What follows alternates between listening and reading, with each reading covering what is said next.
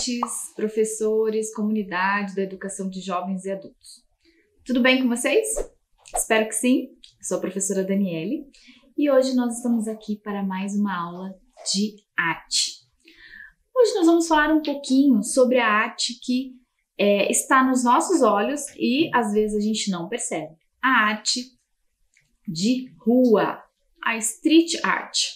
Street art porque ela se originou, esse movimento, lá na América do Norte, nos Estados Unidos, mais especificamente ali em Nova York, com alguns movimentos populares.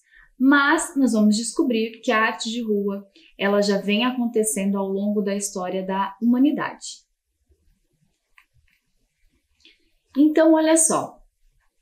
A arte de rua, a princípio, desde lá da Grécia, da Roma antiga, ela acontecia de forma espontânea, com apresentações musicais, peças teatrais, em diferentes espaços. Então, os artistas tinham essa necessidade de estar mais próximos do público, tinham essa vontade de ter essa ligação com o povo. Então, ali a gente vê uma obra que mostra isso ali, um espaço público, um espaço aberto. Então, a arte de rua é a ocupação desse espaço público com a arte, tá?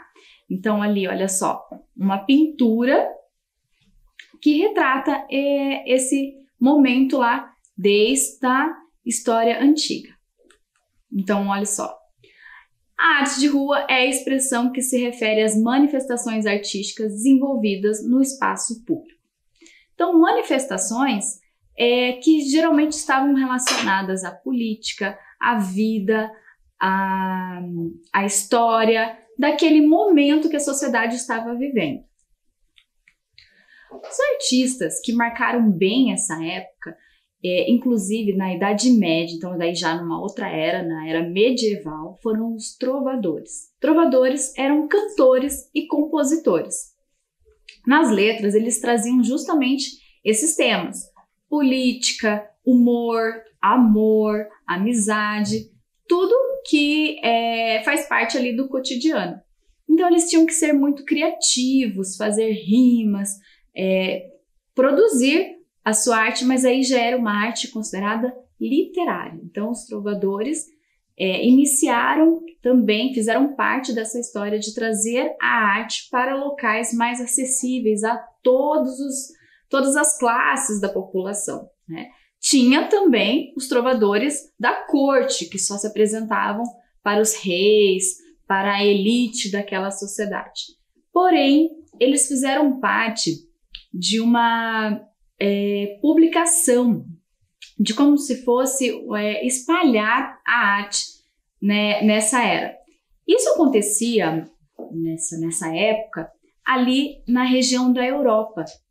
Então, principalmente entre os países da França, Espanha, Portugal, esses trovadores criavam suas letras, criavam suas músicas e deixavam esses registros.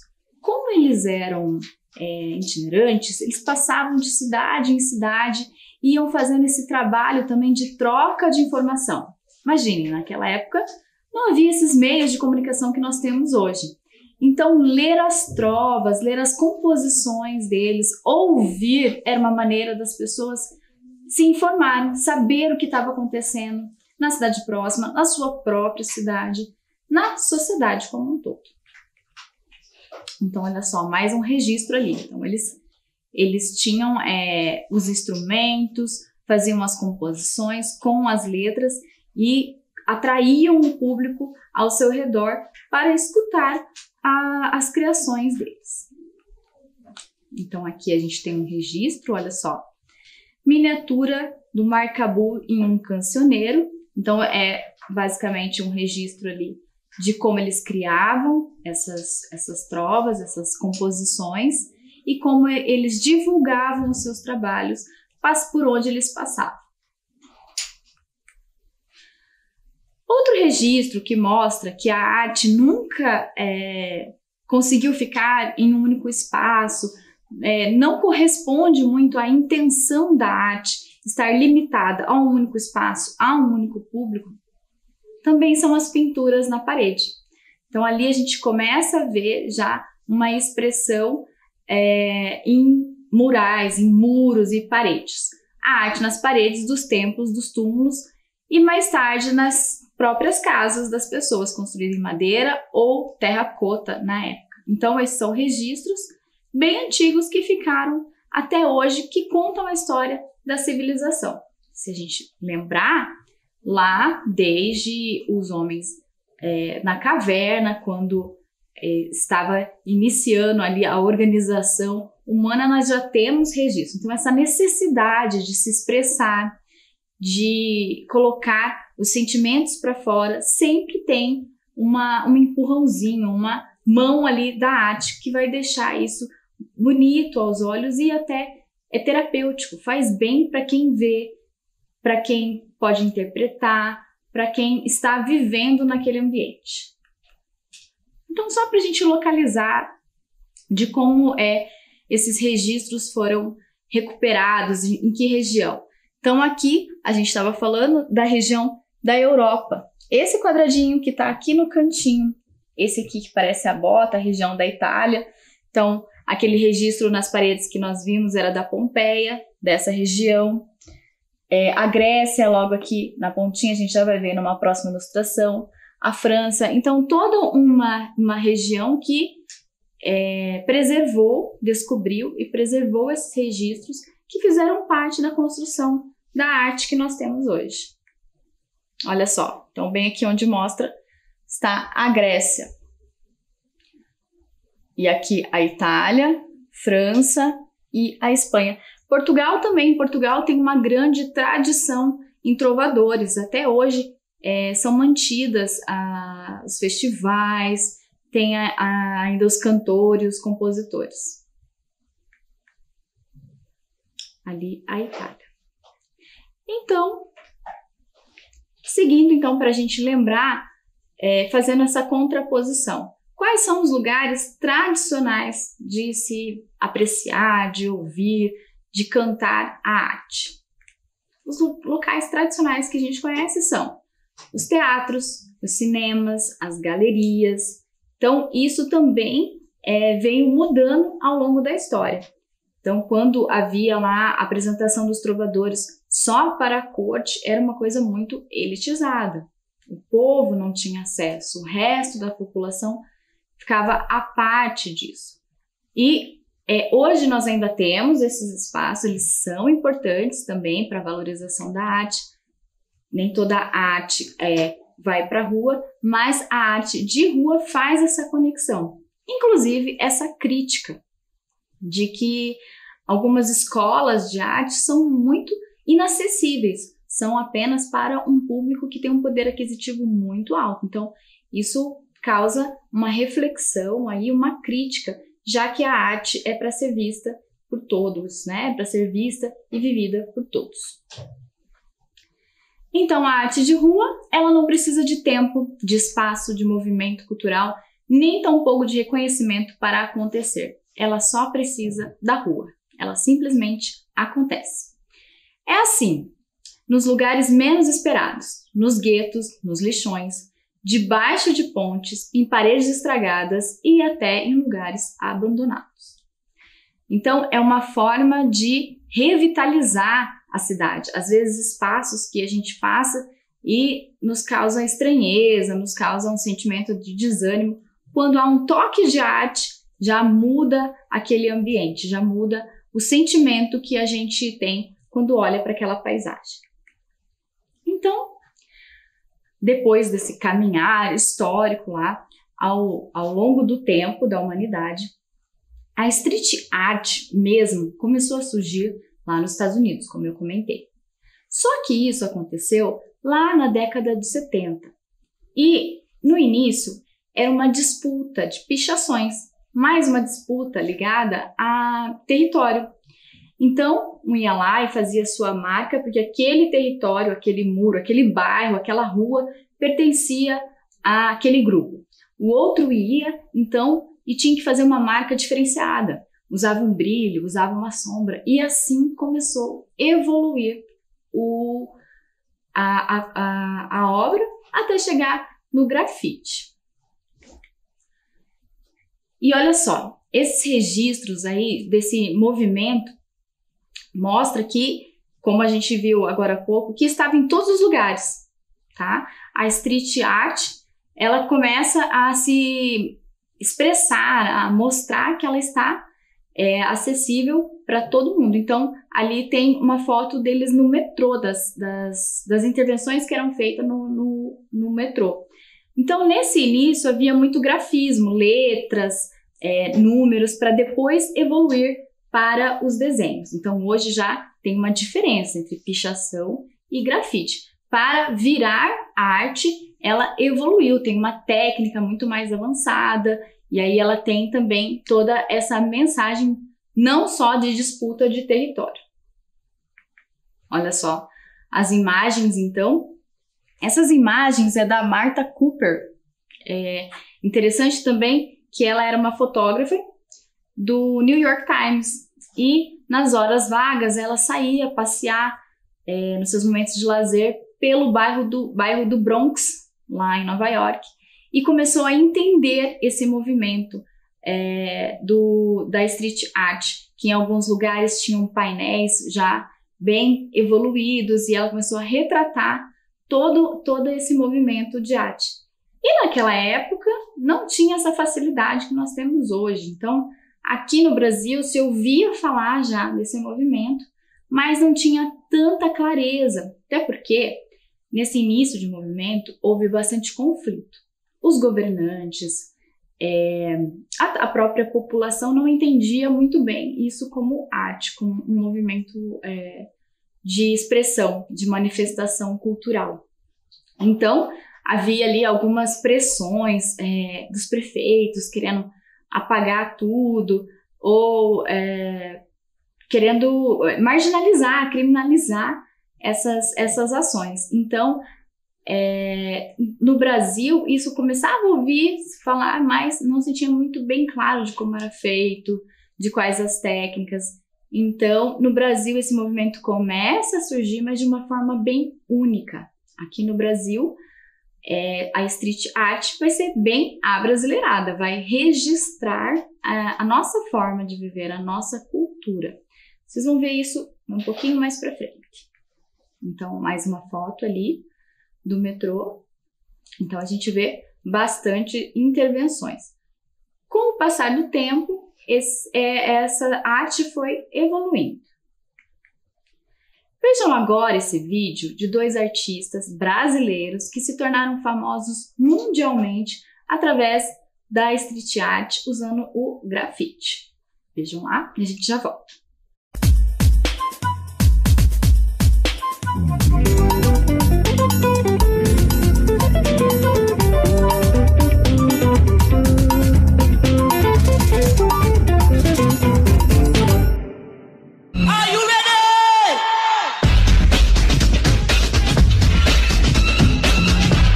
O grafite surgiu nos Estados Unidos no fim dos anos 70. Jovens do Bronx, bairro de Nova York, desenvolveram uma técnica de pintura com tinta spray, também chamada de can art, ou arte da lata. Acho que é uma questão de identificação mesmo. O problema é que o Brasil sempre chegou as coisas atrasadas pra caramba pra gente. Nos anos 80 era muito difícil você ver o que era. A gente sabia que existia cultura hip hop em Nova York, mas passava um cara dançando break, nova moda em Nova York. Então você via muito rápido, não tinha como gravar e assistir. Então você ficava na memória. Grafite era igual. Tinha bico de spray, não tinha um spray para fazer grafite, não tinha nada. Você tinha que improvisar com tudo, né? E aí foi criando uma linguagem própria. O Brasil foi criando uma identidade de grafite, diferente lá de fora, por essa falta de informação também. Utilizando espaços abertos em oposição às academias e criticando a crise nas escolas de arte, rapidamente se tornou uma linguagem de protesto. O grafite, juntamente com o rap e o breakdance, formaram em Nova York o movimento hip hop. Mas antes disso já existia uma escola de grafite em São Paulo. Alex Valauri, Tupinambá, Rui Amaral, John Howard. Então esses caras já estavam atuando na cidade. A gente começou a curtir o movimento hip hop em 84, 85. Foi que a gente conheceu o outro estilo de grafite, mais americanizado, europeu. A palavra grafite significa escritas feitas com carvão. Era costume entre os romanos escrever com carvão palavras de protesto nas paredes de suas construções. Vem daí o nome adotado pelo movimento americano. Tem muito a ver com o samba. O fato de você morar num morro, numa favela, numa periferia, sabe, ter que improvisar para poder ser feliz, sobreviver, sabe? E questionar, se divertir. Antes que era o samba, sabe? Essa coisa de vamos fazer uma roda de samba, tomar cerveja e se divertir, não esquecer do trabalho, sabe? Esquecer do estresse. Hip hop foi a mesma coisa nos anos 80, não, final dos anos 70, começo dos anos 80 em Nova York. Era precisar se divertir. Meio que a gente tem vencido essa guerra, sabe? Essa coisa de que, não, aqui não pode pintar. Não, mas por que não pode pintar? Vamos pintar sim. E pintar, sabe? Essa coisa de, não, aqui nós vamos pintar tudo de cinza. Tá, pode pintar de cinza que nós vamos pintar em cima. Porque, por que que a gente é obrigado a ver o cinza? Não, a gente quer ver arte, quer pintar.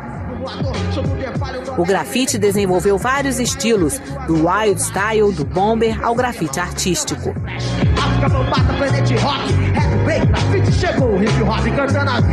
Então acho que no Brasil, comparado ao resto do mundo, assim, a força do grafite é muito grande, assim.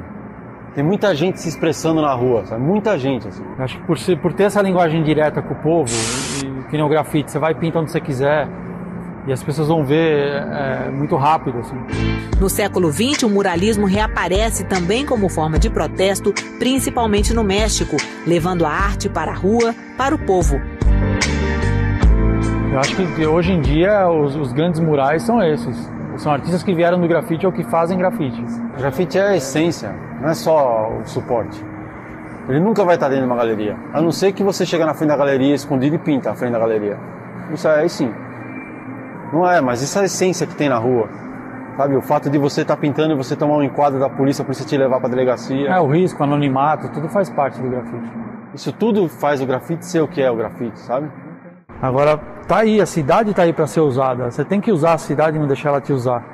O grafite romano, o movimento muralista, principalmente o mexicano e o hip hop, mantém uma característica em comum: ser uma forma de protesto popular através da arte.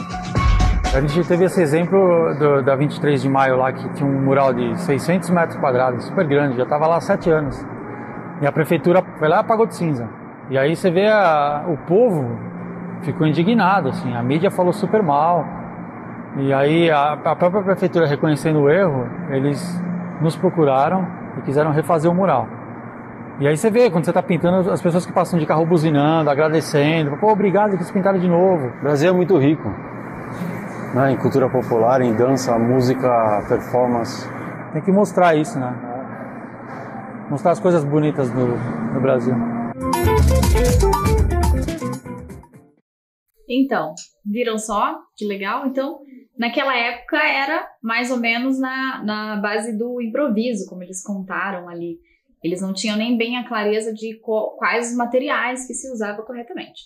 E isso foi evoluindo. Então, hoje a gente pode ver que os painéis, a arte desses irmãos que estão aí no vídeo contando já é bem famosa, mas também há outros grafiteiros, inclusive aqui da nossa cidade, que são referência para quem quer aprender, e inclusive para outros artistas. Então, seguindo lá. A arte de rua, ou a street art, ela não vai trazer só o grafite. Então, ela vai apresentar também diversas técnicas. Então, vai ter ali o grafite, o stencil, as estátuas vivas. Vocês já viram as estátuas vivas? Eu acho um espetáculo. É uma forma de arte de rua, cartazes, autocolante, apresentações, poemas e instalações. Vamos ver mais ou menos um pouquinho a fundo de como é cada uma delas. Olha só, o grafite, então. O grafite, como a gente já vinha falando, é um painel grande, vai trazer ali uma imagem com uma mensagem, toda uma técnica, um trabalho que geralmente leva dias aí para fazer, porque num espaço grande. Essa obra é do artista que tem o apelido de Cobra, lá do Rio de Janeiro, é na zona portuária. Então é uma obra bem grande, tem 180 metros de largura e representa a nossa cultura aí, um índio brasileiro. Olha que beleza apreciar um espaço como esse. Outra técnica é a técnica do stencil. Então essa também é bem utilizada para quem está aprendendo ou para quem gosta mesmo só de usar com o stencil ali, como se fosse uma base de desenho vazada, e aí você passa o spray ou a tinta ali por cima e vai sair a forma que você quer. Os poemas também. Então aí os poemas é uma forma de arte literária registrada também nas ruas. Olha só que bacana. O poema muda o sentido do caminho. Então às vezes você está ali andando pela rua e nem se dá conta que tem uma obra de arte para você refletir. Outra técnica é a técnica autocolante. Então, essa técnica também surgiu lá nos Estados Unidos e ela também traz ali mensagens subliminares. Às vezes você está acostumado a ver cartazes de promoção, cartazes de supermercado, mas ali não é essa a ideia. São autocolantes, adesivos que vão montar uma composição ou vão te trazer reflexões, vão te passar mensagens diferentes. Agora sim, os cartazes também é um material colado ou pode ser pintado ali, mas tem essa função de passar a mensagem de forma curta, tá? Então ali num espaço limitado. Tem também o cartaz lambe-lambe, que o pessoal fala muito, que é utilizado com uma técnica mais caseira. Então eles faziam ali uma própria forma de colar muito mais rápida e fácil. E isso também vem acontecendo há muito tempo já na história da arte de rua. Então, às vezes, a gente nem nota que é um cartaz artístico, mas tem bastante. As estátuas vivas, então ali já entra uma expressão do artista ao vivo. Então, essa é uma foto aqui da cidade de Curitiba, mas a gente já sabe que tem várias cidades, geralmente nos centros bem movimentados, porque ali eles estão o tempo todo fazendo a sua performance artística, interagindo com o público e reagindo às interações do pessoal, né, as contribuições para o seu trabalho. Então, uma forma artística de viver também. E as apresentações? As apresentações podem ser apresentações de palhaço, apresentações de dança, de música, de capoeira. Ela também não precisa de um espaço determinado, ela pode estar em vários espaços e até em vários momentos na cidade, que ali no cotidiano de quem estiver passando vai poder parar um pouquinho para apreciar essa cultura viva aí no meio da cidade. E as instalações é bem curioso também. Ela geralmente vai usar os objetos, usar os elementos que tem naquela paisagem para compor uma obra. Então a gente vê ali, tem caixa, tem saco, e o artista vai lá e dá o seu toque para transformar numa coisa que talvez a gente nem tinha imaginado. Então é bem interessante também. Sempre vai ter ali uma técnica alinhada com essa expressão na rua e às vezes a técnica vai juntar diversas mensagens, diversas formas de se expressar. A escrita, a pintura, o desenho, a textura. Então, tudo isso faz parte da arte de rua ou a arte urbana, que a gente também pode falar. Tá certo? Agora eu vou deixar para vocês mais um vídeo que vai explicar um pouquinho do quanto essa arte é importante para a cidade e o quanto ela representa a nossa cultura também. Nascido dentro da cultura hip hop, o grafite conquistou o status de arte, chegou a sair das ruas e a entrar nos museus. Mas é na periferia em que sua origem de expressão artística melhor se traduz, é claro, né? Nos muros de São Miguel Paulista, bairro aqui da zona leste da capital, 4 grafiteiros celebram a história da comunidade em 3 painéis gigantes. Na maior cidade do país, a caminhada rápida e o congestionamento dividem espaço com a arte a céu aberto. São desenhos, mensagens, cores. Em prédios, viadutos, praças. Onde há espaço, os grafiteiros ocupam. as construções, elas trazem olhares e trazem cenas que nós não olharíamos, ou que nós passamos a olhar, porque elas estão ali. Então, percebe esse impacto que me atravessa, ele me surpreende e ele me devolve para o meu entorno diferente. Então, ela cumpre tudo o que é da arte. Há muito tempo que as artes visuais deixaram de ser encontradas apenas dentro de museus e galerias dos centros das grandes cidades. Hoje, elas também estão em bairros da periferia, assim, ao ar livre, acessíveis a todos. Esse painel aqui em São Miguel Paulista, na zona leste de São Paulo, retrata a história da região pelas mãos de artistas de rua, os grafiteiros. Surgiu a ideia de a gente trazer a literatura negra, né? Que aqui na zona, principalmente zona leste, é forte. Aqui tem vários escritores negros e aí essa foi uma das ideias, né? E aí juntamos aqui o Abdias do Nascimento, a Carolina de Jesus e a Conceição Evaristo. Além dele, há outros dois por aqui, este com mais de 16 metros de altura. E este outro leva cores para a estação da CPTM de Cangaíba. A linguagem do grafite é a comunicação, né? É a gente se expressar e fazer com que os demais se identifiquem, né? Com o nosso cotidiano, com a nossa expressão, é oferecer arte pública. Então fazer uma grande galeria a céu aberto, né? Sem pagar bilheteria. Seja no centro ou na periferia, o grafite faz parte da história de São Paulo. Eu acho que o grafite hoje em São Paulo é a arte mais representativa da cidade. Não tenho muita dúvida disso, não. Mas São Paulo é uma grande produtora de cultura. Eu acho que a Quebrada hoje, realmente, a Quebrada é o grande propulsor dessa produção artística, né? Tudo que vem ali da cultura hip hop é a alavanca mesmo, né? Da cultura paulista, né? O que joga para frente. São esses os caras que estão fazendo a cidade se destacar. Certo? Então viram? Um movimento que surgiu também junto com o hip hop, com a dança, com o break, como eles chamam, e vem aí se destacando mundialmente, vem desconstruindo essa paisagem de tudo cinza, tudo quadradinho, tudo retinho na nossa cidade, graças a Deus, trazendo aí mais animação, mais colorido para a vida urbana. Então, seguindo em frente, olha só, vamos conhecer alguns, bem poucos eu trouxe aqui, alguns só para a gente levantar algumas curiosidades, artistas brasileiros que são conhecidos mundialmente. Então, os Gêmeos, que vocês já ouviram falar ali no vídeo apresentado anteriormente, esse é um painel feito por eles que está lá em Boston. O Menino Descalço é o nome desse painel.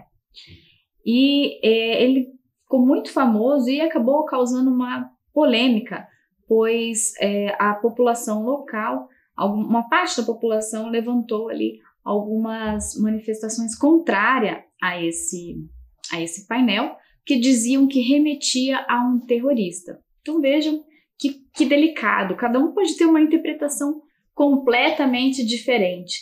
E, na verdade, esse estilo, essa forma de pintar, de criar esses personagens são referências dos artistas. Então, eles trazem com eles essas referências do Brasil, de onde eles cresceram. Então, inclusive, o nome da obra não tem nada a ver com o que algumas pessoas pensaram lá. Gerou um tempo de polêmica, mas a arte acabou vencendo. Então, é um painel belíssimo, muito grande e muito significativo. Outro artista brasileiro é o Fábio de Oliveira. Ele é conhecido como o Crânio. Então, ele também tem um estilo único ali de se expressar. Ele geralmente pinta os seus índios e traz algumas mensagens para reflexões políticas, para reflexões de vida, para filosofar, para quebrar com aquilo que a gente só cumpre e faz no dia a dia sem parar para pensar. Então, ele também é um artista de referência mundial, pois ele traz toda uma maneira de pintar diferente, uma maneira de construir a sua expressão, construir a sua forma de ver o mundo que se faz único. Outro artista brasileiro também conhecido mundialmente, já fez painéis, exposições fora do Brasil, é o Alex Ornish, que na verdade ficou como um apelido de Honesto. Então, olha ali também nas produções dele, bem particularidades que só no desenho dele contém. Então, os artistas acabam carregando essa marca, ficam conhecidos pela sua forma de desenhar, de construir o seu painel e o seu grafite. E na sua cidade? Você já parou para pensar e observar os painéis que tem, as oportunidades de arte, as expressões que você pode encontrar pela cidade? Essa aqui, por exemplo, é uma construção do painel do artista, o artista Cleverson, aqui de Curitiba, conhecido como Café. Ele fez em parceria com o seu colega grafiteiro também, o Delmo, conhecido como Del. Mas uma marca da arte do Café, por exemplo, é o registro da mulher negra, a cultura africana. Então, mais uma vez aí, uma maneira de se manifestar, uma maneira de politizar através da arte. Que, como ele mesmo diz, o autor da obra, a cultura africana, a mulher negra é desprezada na convivência do meio urbano. Então, é uma arte que fica invisível, que fica de lado. Então, ele está sempre procurando destacar nos seus trabalhos e trazer aí essas raízes da nossa cultura brasileira. Então, é um painel belíssimo, muito grande. Então, vocês podem observar ali que está numa foto, mas quase não cabe na foto. E fica ali na Fundação Cultural, que era o antigo Moinho Rebouças, na rua Engenheiro Rebouças. Quem tiver aqui pela cidade, tiver a curiosidade de conhecer, e está sempre permanente lá neste local.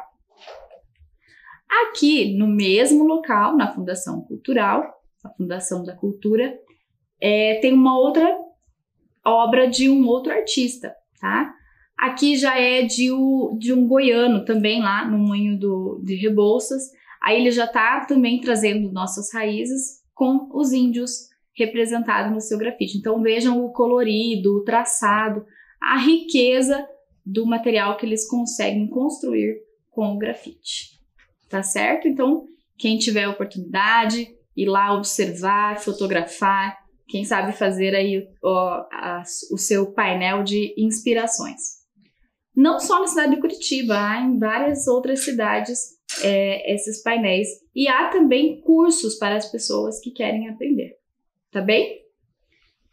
Então, já que a gente falou bastante de arte, já que a gente conheceu um pouquinho dessa história de como surgiu a arte de rua, vamos pensar em uma atividade para a gente começar? Então, vamos fazer arte? Vamos criar o nosso stencil. Ah, professora, mas eu não tenho material, eu não tenho técnica, eu acho muito difícil. Então, nós vamos fazer uma representação muito simples, que você pode fazer aí na sua casa ou na sua escola, com materiais que a gente tem no dia a dia. Vamos lá, olha só. Você vai precisar de um papelão ou o papel cartão, aquele mais durinho. Um estilete bom, que você possa manusear com cuidado, uma caneta e uma tesoura pequena e uma fita. Ok? Vou deixar um tempinho para vocês procurarem esse material e a gente já volta.